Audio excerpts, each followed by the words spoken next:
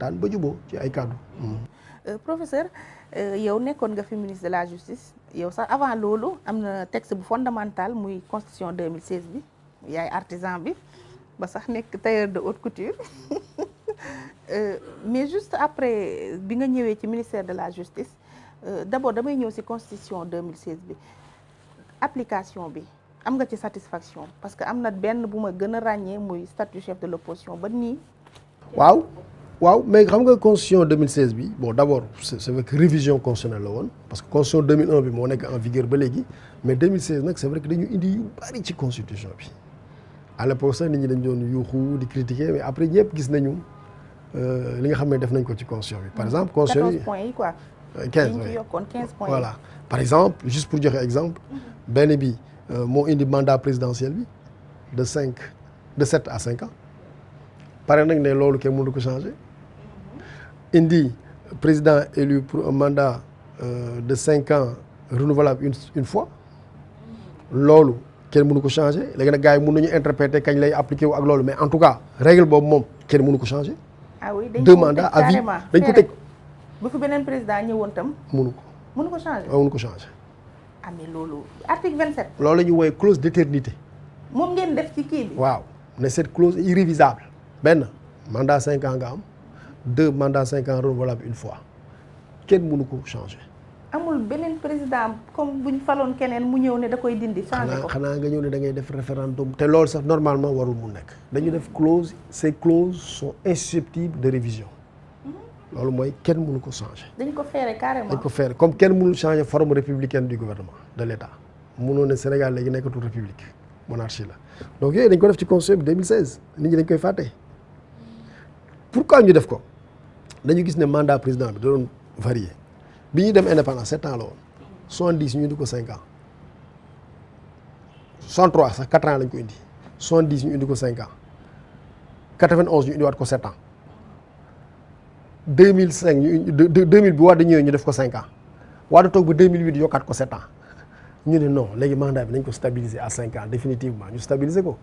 limitation mandat yi gis nga première fois Sénégal ñu ni président mënul passer 2 mandats ñu ngi ko def ci constitution 70 ñu ni Senghor mënul def 2 mandats plus de 2 mandats 76 ñu changé ko 91 ñu indiwaat ko ne président mënatul def 2 mandats ñu changé ko 98 boobu ñoo Abdou Diouf ñoo ko changé ñu changé ko ne léegi président mën na def lu ko neex bi Wade ñëwee mu indiwaat ko. ne léegi président 2 mandats rek la mën def. mais defutoon disposition transitoire. très bien loolu mooy indi woon coow li léegi nag après bi président Macky Sall ñëwee nag mu ne léegi nañ ko def 5 ans renouvelable une fois dootuñu ko changer. mais sans disposition buy préciser ndax mandat bu njëkk bi ci la bokk wala bokk ci. waaw amul disposition. kon kay erreur bi fi président Wade bàyyi moom ngeen fi reporté. waaw amul disposition transitoire loolu. président wax na ci xalaatam man wax naa ci sama xalaat léegi bi ñu toogee ba nga xamante ni coow li dafa commencé di bari président nañu gaa yi man wax naa ci yéen wax ngeen ci affaire mandat loo leen ci wax mu indi coow tey man ak yow su ma la waxoon fii su ma juumoon rek boo wax la ci leen suba mooy nekk à la une moo tax mënuñu gaa yi affaire bi jeexagul mu ne on a jusqu'en 2024 pour gouverner le pays suñu dugalee tout de suite ay wax ci affaire mandat bi day perturber suñu camp perturber liggéey bi léegi loolu omerta suñu leen ci waxee bu leen ci wax bàyyi leen ñu liggéey su dañ demee ba mu jot dañuy wax ci li ñuy wax mu ni mais pour l'instant buñ ci waxati donc ñu jàpp loolu moo tax man lay su président nag yorul garderie nag professeur nag non du jardin d'enfant nag c'est vrai mais moom am na droit su fekkee man intellectuellement li ma gis mooy président day présenté wu 2024 te constitution may na ko ndax 2 mandats de 5 ans la ñu préciser waxuñu mandat de 7 ans. kon boobu bokkul. c'est que yow da nga am chance tudd Ndeye Fatou Ndiaye Seck nekk journaliste indépendante loo wax kenn du la ci ngaañ mais li nga wax nii man su ma ko waxoon rek ñu ne oui Ismaïla Madior moo wax lii. non ku ñu ne am na ci droit moom dara du la métti ci nguur gi xanaa nga ne amu ci droit. comme Moustapha Diakhaté. mais justement loolu c'est peut-être valable pour les autres mais pas pour moi. ah man bu ma ci wax rek bind constitution de 2016. man juste loolu wala raison bi ngi noonu dañ naan ki bind constitution bi moom nañ ko déglu ki bind constitution bi moom lu mu ci wax fi mu nekk nii rek nañ jàpp loolu moo tax nag président Macky Sall ne maa leen ñaan bu leen indi polémique. non professeur nag bu leen dama am indi si yow coow yaakaar dama am si yow yaakaar. man gëm naa ne yow di nga ma leeral man gëm naa loolu man. non peut-être que du ma toog a yow ba jóg te du ma ci am benn jàngat. non question bi sax. su posé wu. te dina posé wu d'ailleurs. non chaque jour mu posé wu depuis. très bien wax nga dëgg mais man damay xaar le moment le plus favorable ma wax ci sama xalaat définitivement xalaat boo xam ne mooy nekk nag sama xalaat définitif mais xam nga su fekkente ni nag da ngay liggéey ak président kenn nekk 14 millions de sénégalais yow mu wóolu la am ëppoo fi xam-xam ah gënoo fi mun la bon yow laa ñëw sama wet ñëwul nga liggéeyal ma y a un minimum mooy loyauté fidélité su fekkee mënoo ko loyal mënoo ko fidèle su waxee nga ne ko non yow li nga wax mais man leneen laay wax mais da ngay dem sa yoon rek. mais professeur agrégé nga président day jaar jàll mais yow loolu kenn mënu ko dindi. dëgg la mais moment bi ñu toll nii professeur agrégé la te professeur agrégé laay nekk ba may génn àddina mais moment bi ñu nekk nii nag moom laay liggéeyal. te sooy liggéey bi daal ngay jiital. bàyyi professeur bi. man suñu ma laajee looy liggéey xam nga laay wax suñu peut-être damay wax Ismaïla Madior Fall professeur ministre d'État Ismaïla Madior Fall laay wax professeur de droit ministre d'État donc professeur bi laa jiital parce que professeur mooy des waaye su fekkente ne dafa am benn moment boo xamante ni da nga engagé wu aux côtés d'un président qui travaille mais man li ma pour le jàpp pays. mooy président day présenté wu waat mandat de 5 ans bi da koy laajaat une deuxième fois parce que loolu ngeen bind ci constitution de 2016. opinion qui ne dit rien nag opinion madame Ndeye Fatou Ndiaye Seck. Ndeye Fatou Ndiaye Diop. Ndeye Fatou Ndiaye Diop non man Ndeye Fatou Ndiaye Diop voilà non mais voilà donc moo tax ma ni question boobu damay peut-être bugguma alimenter polémique bugguma coow lu bari bugguma ci et cetera mais voilà su jotee. mais Sénégalais yëpp nañu wax seen xalaat te man tam naa wax sama xalaat. mais waxoon nga ne en principe. mais gis nga war na mën a présenter wu waat. gis nga en principe boobu ma ko waxee woon waxuma loolu de waaw mais en principe boobu ma ko waxee gis nga li mu indi. dañ ci bañ a dellu. dama ne en principe rek gars yi ne en principe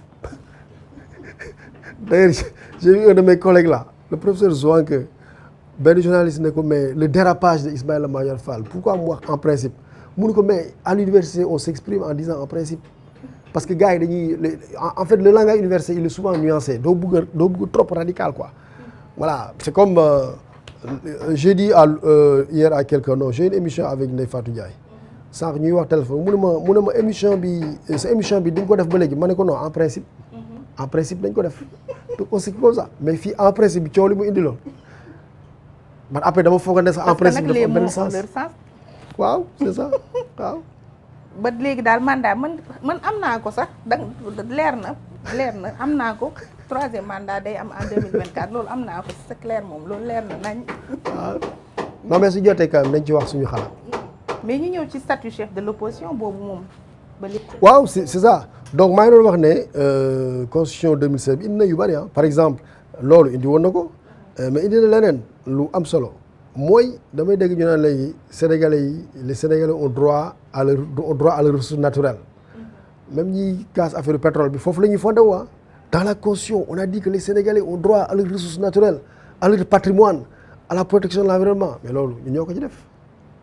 président Macky Sall moo ko ci def te président Macky Sall bu ko ci def gars yi dañu demoon di wax ay affaire góor jigéen la ñu doon wax yooyu de te xamoon nañu amul. les nouveaux droits loolu la woon droit à la ressource à ses ressources naturelles le peuple sénégalais droit à un environnement sain droit à son patrimoine gars yi dem ne oui nouveau droit yi affaire góor jigéen la naafeq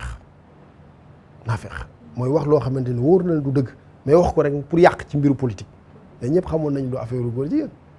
waaw mais Sénégal mooy noonu Sénégal nit ñi dañuy ci politique su ñëwee rek nit ñi dañuy yëkkati seen kàddu di wax lu ñaaw di wax loo xam ne amul solo teguñu ko fenn waaye wax rek pour politique dugal nañ ci parlement bi ci la ñu yokk ay prérogatives. nombre de députés yooyu noonu. nombre de députés bi. ne l'Assemblée aussi évalue les politiques publiques voilà donc yokk nañ. conseil constitutionnel waaw 7 ci lañ yokk de 5 à 7 je vois que vous connaissez bien le dossier donc ci la ñu def ay réformes yu bëri en 2016 bi yu bëri yu am solo nag bon yoo xamante ni gars yi dañ ko doon jéem a soofantal mais gis nañ ne après lu am solo la mais application dugal nañu chef de l'opposition bi mais chef de l'opposition bi depuis 2001 la woon non 2001 opposition moo ci amoon statut de l'opposition le statut de l'opposition 58 article 58 de la Constitution président Macky Sall ñëw yokk ci statut de l'opposition et de son chef bon après nag y a eu un débat kan moo war a nekk chef de l'opposition ñu ne kii yor nekk deuxième à l'élection pour ñu bañ a appliquer un texte boo xam ne constitution bi moo ko digle. man dama gëm ne dañ ko war a appliquer mais le problème mooy boobu dafa am ay textes yoo xam ne pour appliquer ko mi ngi dépendre ci président mais pour kan mooy nekk opposition dépendre ci moom président mënul toog rek ne kii mooy nekk chef de l'opposition décrété naa ko opposition bi ñooy waxtaan seen biir dans le cadre du dialogue national wax kan mooy nekk chef de l'opposition bi ñu demee nag jubóowuñu ñii dañ ne day nekk chef ki ne deuxième à l'élection présidentielle ki nekkoon deuxième ñeen ñi ne non parti bi ëpp député à l'Assemblée nationale la war a nekk. yow professeur pour yow kan la ci war a doon.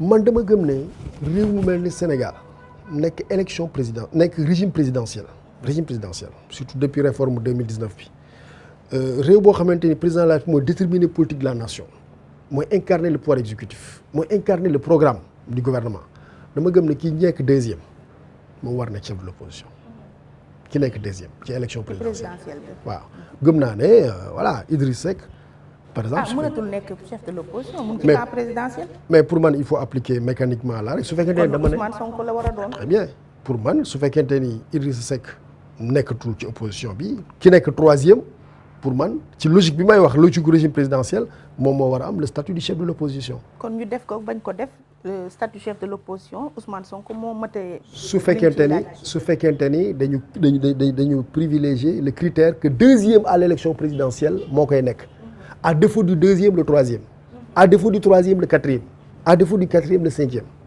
bon suñu nee nag parti bi nga xamante ni moo ëpp député à l'Assemblée nationale boobu su boobaa keneen lay nekk mais man gëm naa ne régime présidentiel ci élection présidentielle bi la ñu war a fondé wu. après 2016 nga ñëw ministère de la justice ma ne gàkk-gàkk bi tâche bi nekk démission magistrat dem. ci sa magistrat non dem mi ngi démissionné avant. mi ngi démissionné avant ngay nekk ministre avant may ñëw waaw avant may ñëw la démissionné. waaw mais da nga ñëwoon pour sauver les meubles ndax moom dafa démissionné ci justice bu démissionné comme ni ko bindee woon waaye surjustice daa mel ni bàyyi wuñ la ci amoon na si yaa ñoom seen diggante ay. waaw bëri mais d'abord soo seetloo magistrat yoo xamante ni dañuy démissionné bëri na de parce que ça dépend toujours ci raison.